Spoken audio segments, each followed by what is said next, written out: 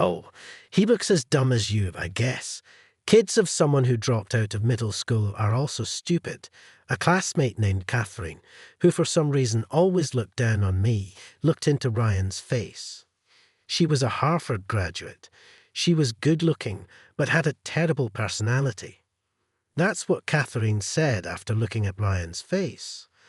I could tolerate being mocked myself, but it pained me when she insulted my son, Ryan. Despite my patience, I raised my voice.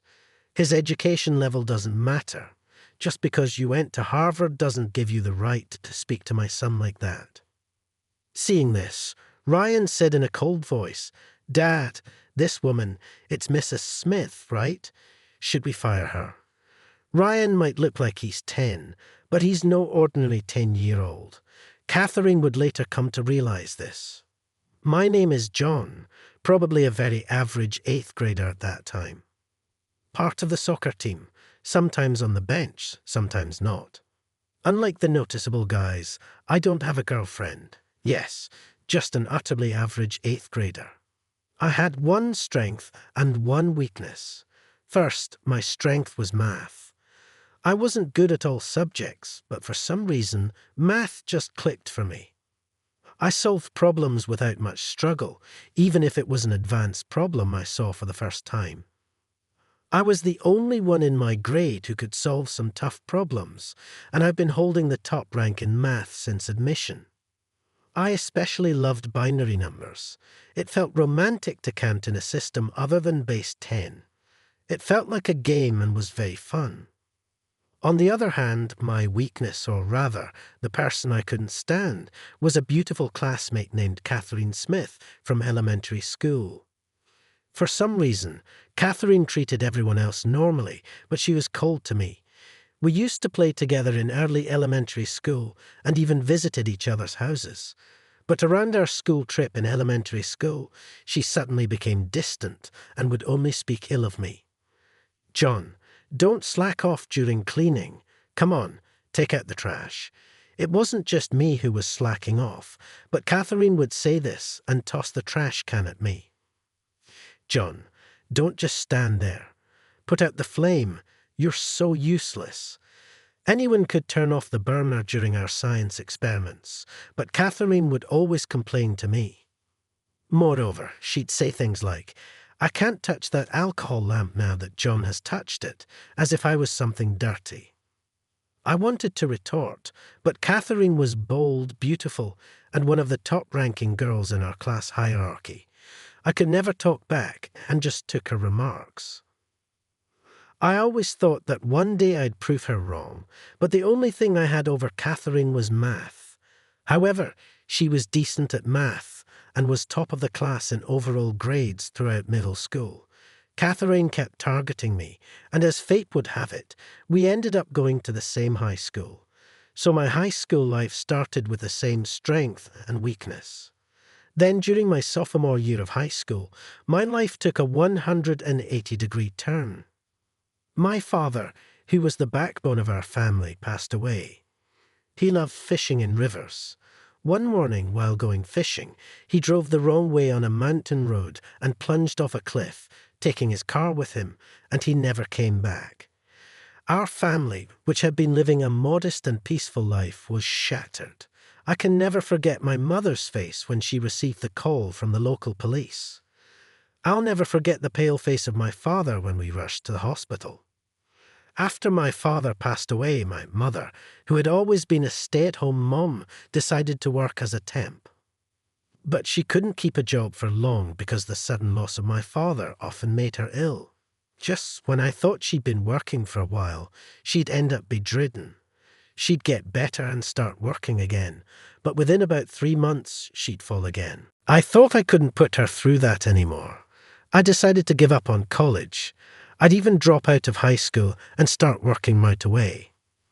I wanted to bring my mom back to being a stay-at-home mom. I made up my mind. The third time she fell, Catherine, who always criticized me, confronted me when I decided to quit high school. "What are you thinking?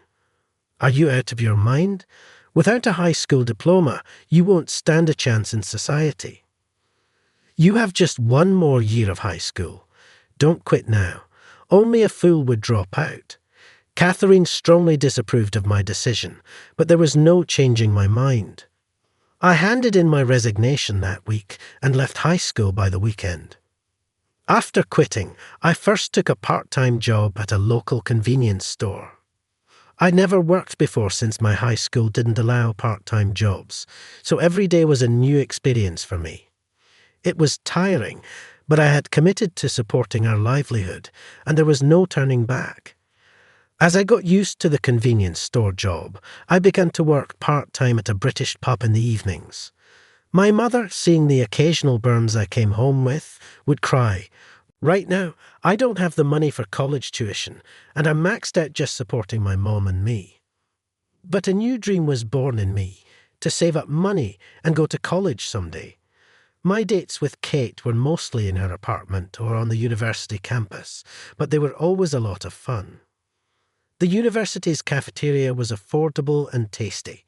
Plus, considering the appetites of college students, they had plenty of large portion options, which was great. Kate loved the parfait from the cafeteria. Every time I bought her one and brought it to her table, she'd be so delighted. If you want to earn more, you can't just work more hours. There's a limit to how many hours a person can work. Instead, improve your skills. If you can earn more per hour, you make more even if you work the same hours. You should focus on learning, Kate would always tell me. I had a tendency to pick up more shifts whenever I saw something Kate might want. But her words made me hold back and consistently work on improving my current skills. I learned to use software I couldn't before and even got a culinary license. Though it cost money to study and sometimes felt like a financial setback, once I got that culinary license, the manager at the pub I worked at praised me and raised my hourly wage as a result. I was able to buy Kate the necklace she had been eyeing for Christmas. With my improved computer skills, I got a job as a computer class instructor through a friend's recommendation, leaving my convenience store job that I had since dropping out of high school. Teaching computer skills to folks in the community meant a significant bump in my monthly earnings. Around this time, my mom, feeling healthier, started working part-time, reducing the financial burden on our household. Little by little, I started saving money.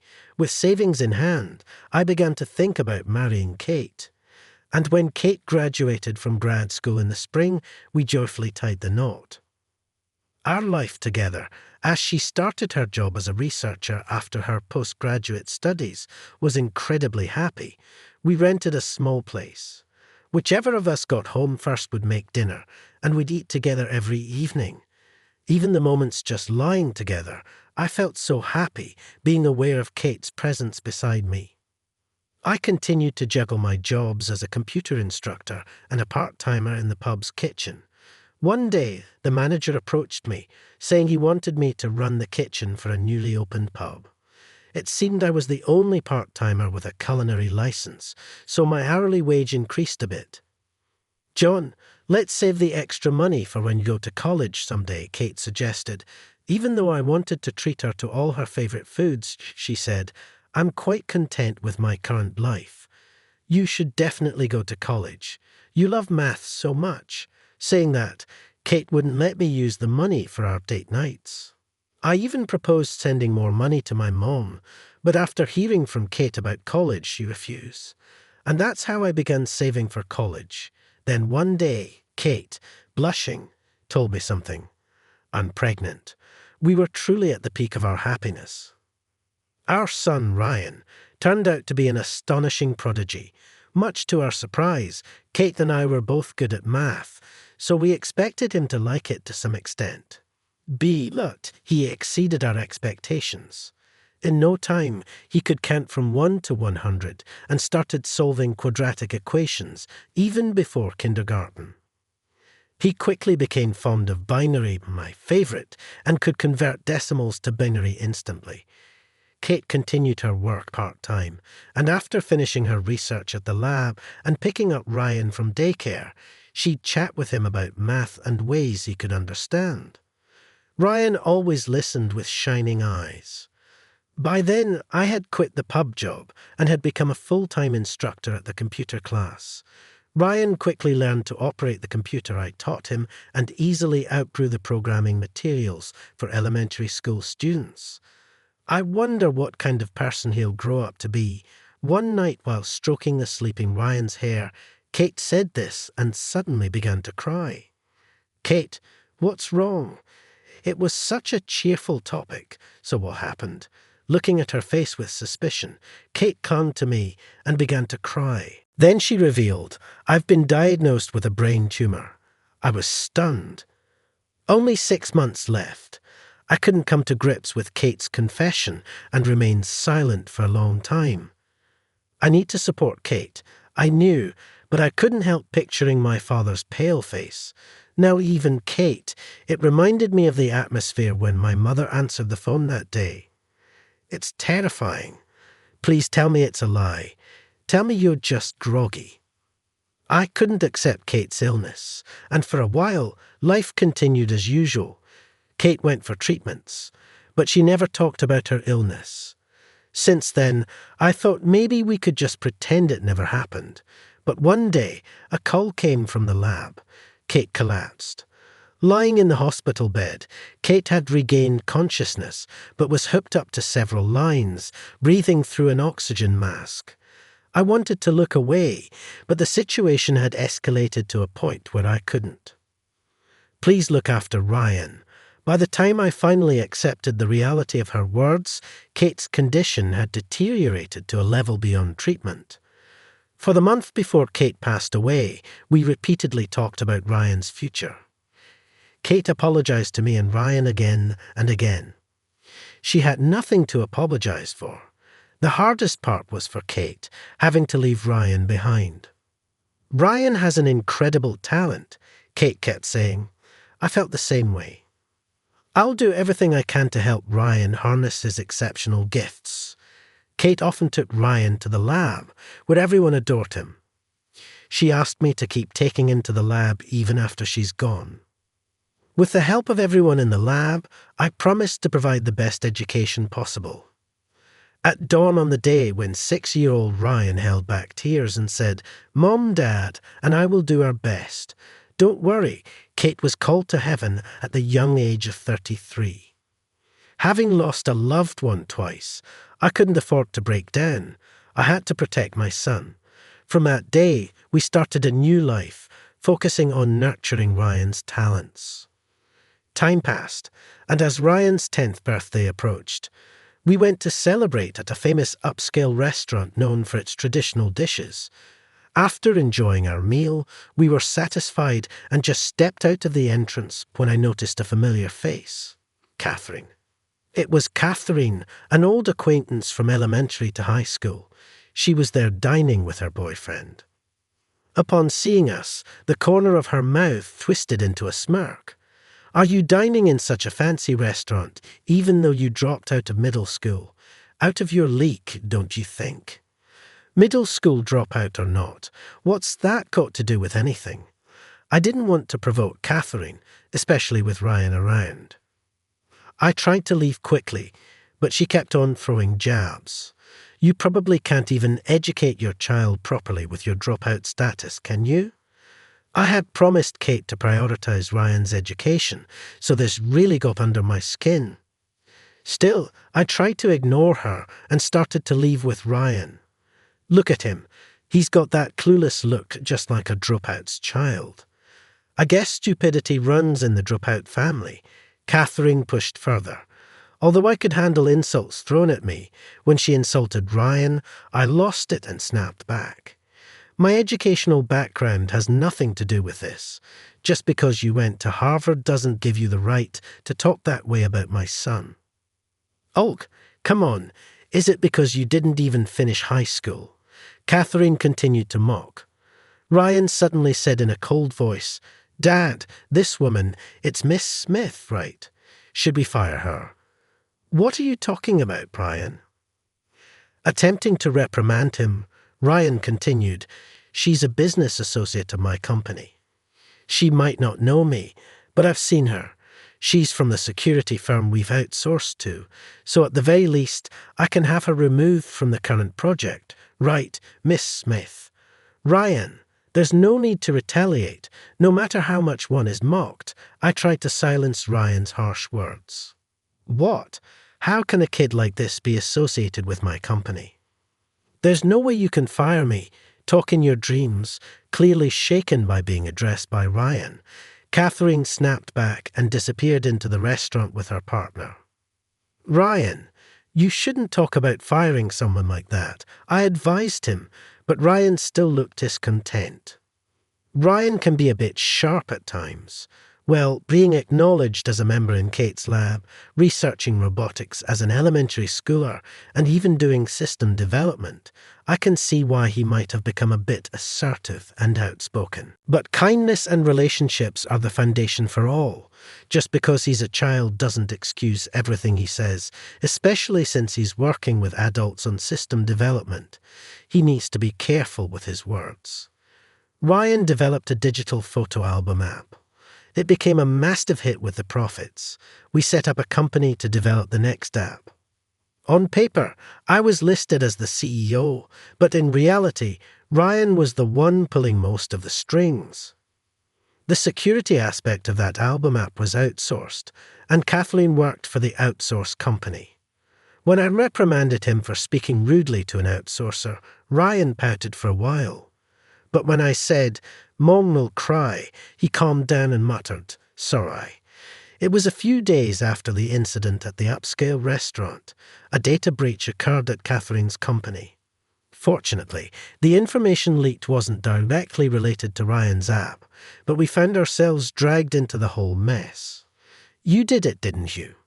Holding a grudge about that incident before, Catherine accused. Ryan was, of course, outraged, feeling indignant. He was determined to find the real perpetrator. Fortunately, the method of the leak wasn't too complicated. It seemed like he'd just have to decrypt some codes and trace back a few IP addresses. With the help of everyone in the lab, when they decrypted the code and tracked the address, it surprisingly led to the computer of Tom, the boyfriend who had accompanied her to that upscale restaurant that time. When Catherine confronted him, Tom readily admitted that he had someone else do it for him. I was just jealous of how capable she seemed, able to do anything. Catherine had a flashback at those words. A time in the past when she felt inferior to her first love in math and acted mean out of frustration. She had intended to confess her real feelings and apologize for her past behavior when they graduated high school, but he dropped out and she never got the chance.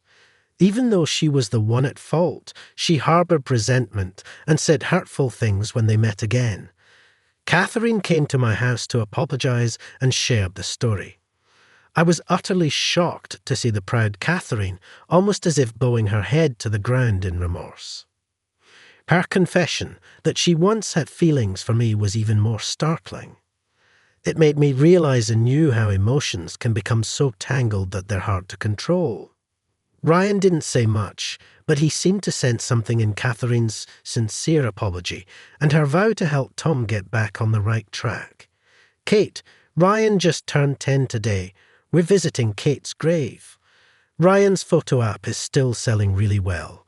The new features are loved by the customers, and the add-ons are selling, he reported in front of Kate's grave. But I did something wrong, Ryan admitted on his own. Some people I work with spoke ill of me, and I retaliated spitefully, even though I was the stronger one. I ended up bullying the weaker person. Had he truly realized his mistake? As a parent, I felt relieved to see Ryan reflecting on his actions. From now on, I'll be kinder to others. Even if someone speaks ill of me, I won't retaliate. So, Mom, you can be at peace. Kate, Ryan has grown so much, both in heart and body. He's truly maturing. And I have something else I want to share, Kate. I've decided to go to college next year. I plan to study engineering and work seriously on system development alongside Ryan and the others, he exclaimed with enthusiasm. I used to only be involved in company management, but honestly, I've always wanted to be part of the development. Not just for bug checks, but to be deeply involved. I thought going to college would be the best way to achieve that. When I grow up, I'll go to college too. I want to attend the same one Mom did. You already visited college research labs, don't you, Ryan? But you should definitely go to college, maybe even grad school. Yeah, and in the future, I want to be a researcher like Mom. I'll leave the company to you, Dad, Ryan said with a mischievous grin. Kate, he's growing up so strong and capable. It seems like it'll be a long time before I come to see you, but by then, I'll have plenty of stories to share. So please wait for me there, I whispered to Kate in my heart. All right, Ryan, let's grab some ice cream from the campus cafeteria on our way home, I suggested. Yay, Ryan cheered. We started walking hand in hand on our way home, the scent of spring beginning to mingle with the air. All right, everyone's presentations are done. Nick, the manager, said as he tried to move the discussion forward. Excuse me, I haven't. I recently found out something. Nick interrupted me and began to speak. There's apparently someone in this department who didn't graduate high school and is just a part-timer. Meetings should be for employees only. Absolutely right. His lackey, Mike, of course, agreed with Nick. I'm leaving. After leaving the meeting room, I started to shut down my computer. I noticed that an email had arrived, not in my personal inbox, but in the company's shared email. Thinking, there's no point in speaking up, no one will listen, I went home quietly. The next day, I heard a commotion from Nick's desk. He was staring at his computer screen, his face pale. Nick? Is something wrong? Mike looked at the screen with him.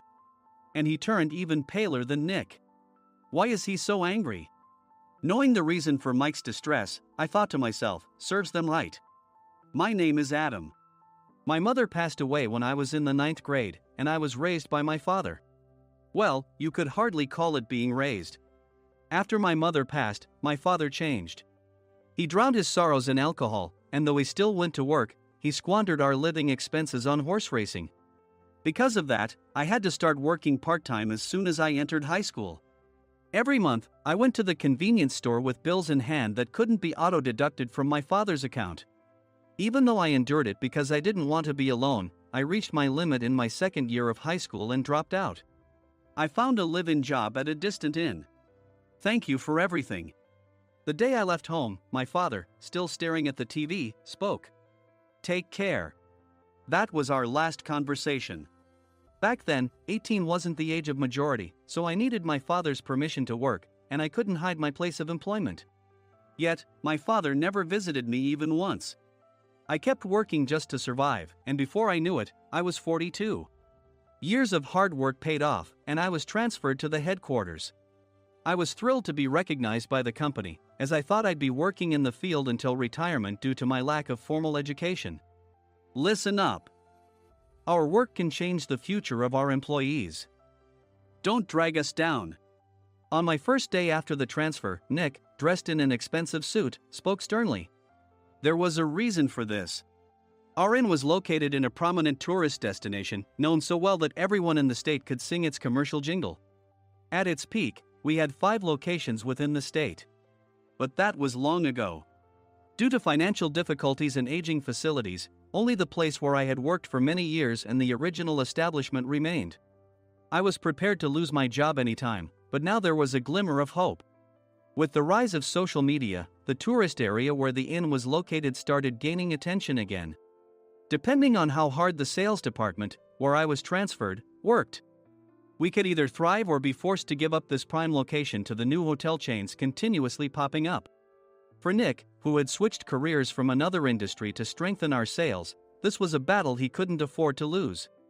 I understood why he had to be strict. I will do my best. Nick sneered at my enthusiastic declaration. Did you not hear what I said? I'm sorry. I thought I was listening carefully. Out of habit from years of customer service, I apologized reflexively, though I had no idea what had offended him. Someone was watching me with a smirk. In this department, there are those who are expected to excel and those who have been shoved here because they have nowhere else to go. You are the latter. It was Mike, the section chief. He's 7 years younger, at 35. But he was called to headquarters much earlier than I was and had been moving around within the headquarters ever since. I'm not jealous, but I can't accept that he's my boss. Graduating from a prestigious university, he has an unusually high pride and caused many problems as a newbie, making things very difficult for me when I was the front desk leader. When I found out Mike was transferred to the sales department a month before me, I was disheartened. Mike is right. With just a middle school diploma, there's not much you can do. Don't even think about achieving results. As if I didn't exist, Nick remarked, "I'm thirsty." Mike eagerly ran to the coffee maker. It seems Mike is Nick's lackey. I regretted being happy about my transfer to headquarters, wishing I had stayed on site forever. Send a direct mail to every company on this list by the end of the day. Nick only assigned me tasks that even a new graduate could handle. What? There are over 1,000 companies. You want me to send to all of them by today? Yes, if you and your fellow misfits split the work, even those with nowhere else to go should finish by today. I glanced at the employees typing away expressionlessly. They were worn out from customer service, only thinking about leaving on time, or were women reassigned after having children, with zero motivation for work. Even Sam, a new graduate from the same university as Mike, who was supposed to be among the expected achievers, had no enthusiasm for the job, having joined the company wanting to do customer service. "I don't care what they say, I plan to quit anytime," he said. Only Nick and Mike were highly motivated, making all the decisions between the two of them.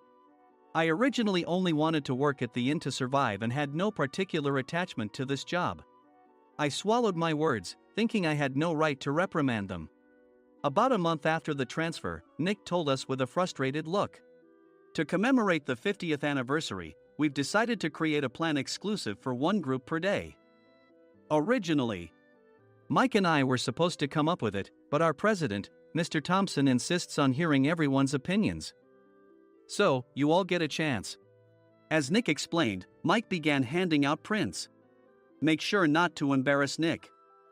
If your ideas are half-baked, you'll have to redo them." It seemed that they had printed his handwritten notes by Mr. Thompson, which included several questions and a section for free responses. It made sense why Nick had to seek our input, given that all responses had to be submitted to Mr. Thompson. We were given a week to think about it, and a meeting was scheduled to compile our ideas. My plan is to let guests enjoy both the old and modern America. Nick began the presentations. Guests would watch a master confectioner at a nearby traditional sweet shop make sweets in front of them. The welcome drink would be premium tea in a bottle. Nick's plan was certainly attractive. After his presentation, Nick called on us to present in the order we were seated. Just as I stood up for my turn. "All right, everyone's presentations are done." "Excuse me, I haven't. I recently found out something." Nick interrupted me. "There's someone in this department who didn't graduate high school and is just a part-timer." He was likely talking about me. I joined the company as a part-timer and was made a full-time employee when I turned 20.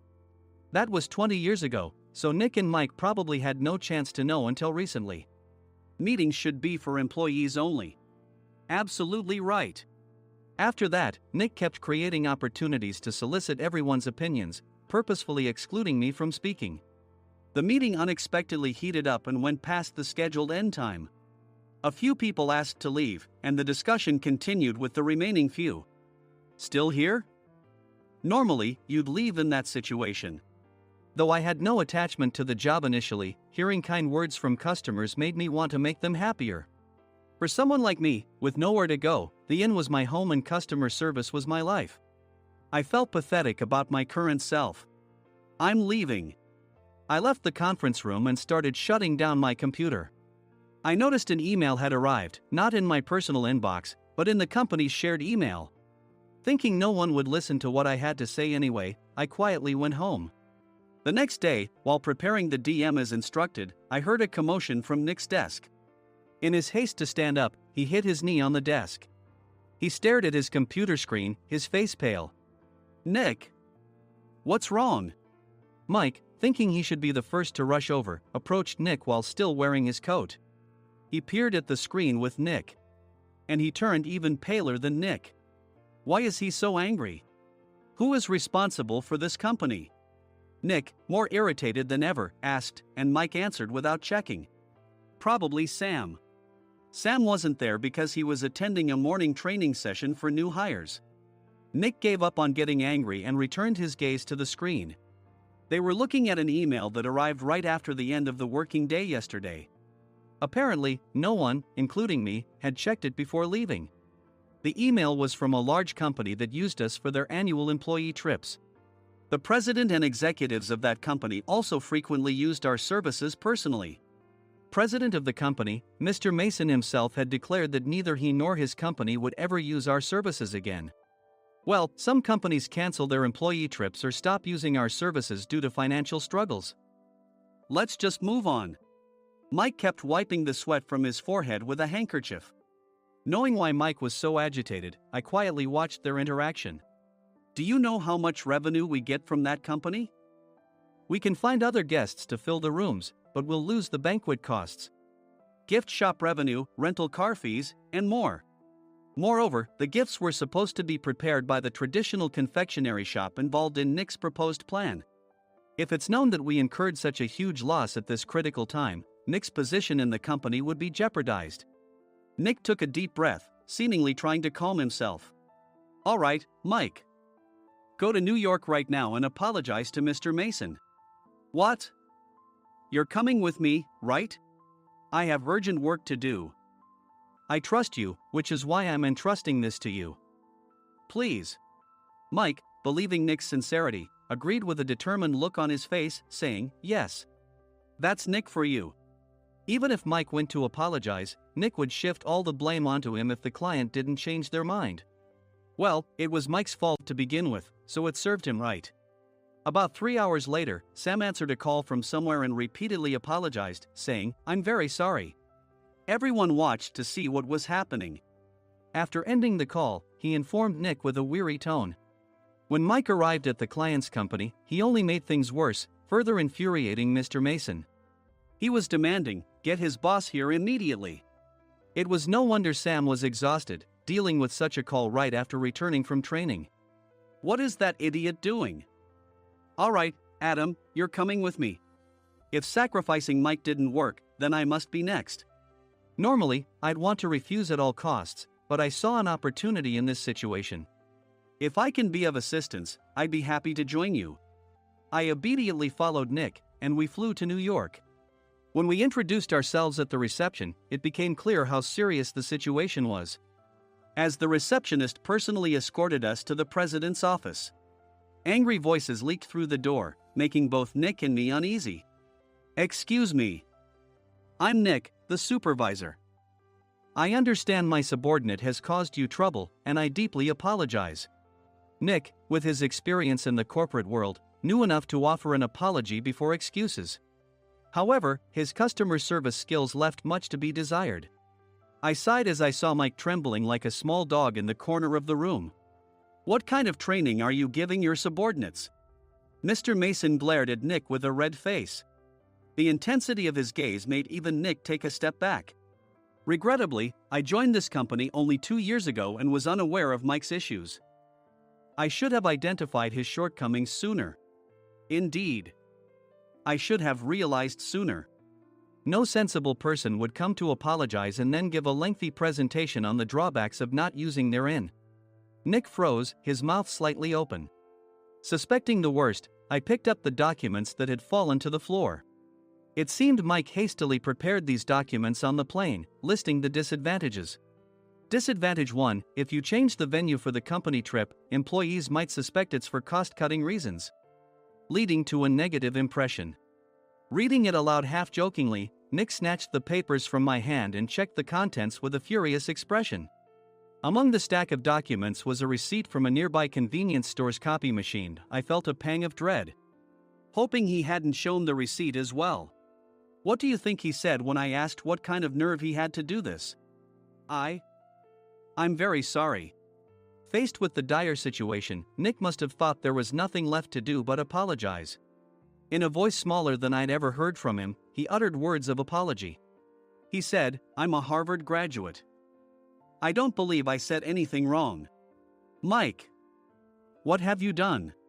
Forgetting his plan to pin the blame on Mike, Nick yelled loudly, even in front of Mr. Mason. "I didn't do anything wrong." "You're still saying that? Look at him." Mike pointed at me with a shaking hand. "I was assigned to headquarters in my 20s and now I'm a section chief. This guy only made it to headquarters at 42. Everything I've done proves I was right. So why are we losing the contract?" Having said his piece, Mike collapsed to the floor. "Of course. You were sent there because you had nowhere else to go." Mike never expected to hear such words from someone he looked down upon. He lunged at me, and Nick hurriedly stepped in to stop him. "Mr. Thompson told me Mike is a quick thinker, and to take good care of him." There's no way he was pushed aside. "Don't make things worse here." "He didn't say quick thinker, he said only quick-witted, didn't he?" I don't remember that part."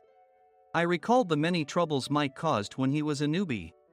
When Mike was on the front line, his pride was so high that he never apologized to customers. Customer service, especially in our job, doesn't work alone. It brings both good and bad situations. If the front staff or housekeepers made mistakes, or the cleaning company didn't properly clean a room, one had to apologize to the customers regardless of personal fault.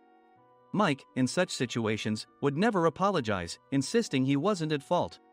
This often angered customers, and as the front desk leader, I frequently had to apologize on his behalf. He caused complaints and disrupted operations, which is why he was quickly moved to headquarters.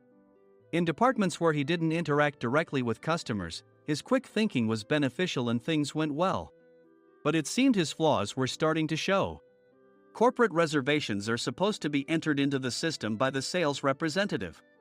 But a quick check yesterday revealed that more than 10 items were missing from the client's reservation.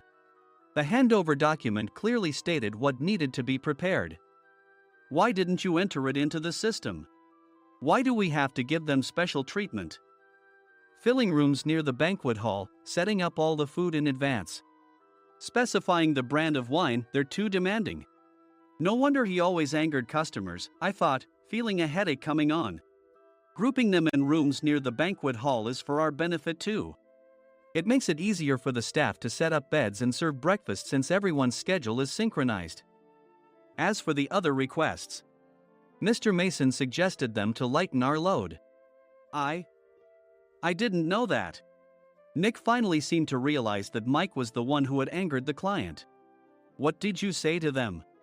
I just told them we wouldn't give them special treatment anymore. We shouldn't waste effort on things that don't bring in money. I was utterly exasperated at his lack of understanding of customer service. Of course, we shouldn't comply with unreasonable demands. But carrying over successful practices from past stays makes customers feel remembered and enhances their experience. Good memories encourage repeat visits. That's part of our job. I looked down at Mike, who was sitting on the floor. In our job, nothing is a waste. Mr. Thompson likely moved you to the sales department, hoping you'd finally understand this. How do you think he feels now that you've failed to meet his expectations? Mike, tears in his eyes, fled the president's office. I was amazed he still hadn't apologized. You have it tough, Adam. It's okay, we're all employees of the same company. I deeply apologize for this disrespectful incident. Especially after all the care you've shown us. If it weren't for you, Adam, I really would have stopped staying here. When I heard you were moving to the sales department, I was willing to reconsider if you handled it. Seeing us talk so amicably, Nick's face contorted. Do you two know each other? Adam's service is excellent. I always requested him specifically. Normally, we don't accept specific staff requests, but we made an exception for Mr. Mason, adjusting my shifts accordingly. He had personally stayed at our hotel just before my transfer, and during casual conversation, I mentioned, I'm moving to the sales department soon. If I hadn't told him then, things could have been much worse. Please continue to take care of us. I look forward to it. On the return flight, Nick awkwardly offered me a can of beer. It's still working hours. Of course, I had no intention of forgiving him for a single beer. Nick might try to pin everything on Mike and avoid any consequences. While pondering this, a startling fact came to light. Nick, the tea bottles for the plan have arrived. I handed Nick a bottle labeled with our inn's name. They look good. What are you talking about? These are plastic bottles. I had assumed we would use the trendy, high-end bottling tea. But what arrived were ordinary plastic bottles of tea with customized labels. The only unique aspect was the label, which had the inn's name, making it look customized. Upon further investigation, I discovered that a substantial amount of money was set to be paid to the tea company. It was priced like bottling tea. Does this plastic bottle really cost $100 each? The tea inside is specially blended for us. The extra cost is for that. Wouldn't it be better to use another tea company? Or is there a specific reason we must use this one? As Nick continued to make excuses, I showed him a printed email. I informed the tea company's president, Mr. Mitchell, that we discovered irregular payments and he confessed. He said you two were high school classmates and planned to split the extra money. That idiot. Why did he confess? That's not important. You should worry about yourself, this could turn into a police matter. Opening the bottle cap, I suggested. How about calming down with this tea? It supposedly has a relaxing effect. Nick drank the tea frantically. In the following days, decisions were made about their fates. Mike was reassigned to the General Affairs Department, with no chance of transfer or promotion, as per Mr. Thompson's orders. As for Nick, since the payment to the tea company hadn't yet been made, he narrowly avoided legal trouble. Instead, he was encouraged to leave the company, and to avoid further complications, Nick submitted his resignation. Rumor has it that connections between HR departments have made it difficult for him to find new employment. Even though it was good to have those two gone, something unexpected happened in the sales department. Everyone became motivated and united in refining the 50th anniversary plan. In the end, my plan was adopted. We collaborated with the Tourist Information Center to provide personalized guides. The plan, tailored to the number of guests, was truly special for the 50th anniversary. Hey, is Adam's family coming to stay? I immediately booked that special plan for my family. Sam noticed it on the reservation list and quickly picked up on it. Yes, I'm inviting my father. That's great. I might invite my parents too. I lacked the courage to face my father just as Adam. But here, with the confidence Mr. Mason praised, I felt ready. The 50th anniversary plan was a perfect opportunity to reconnect with my father. I hoped to bring back the days when we could laugh together as we once did.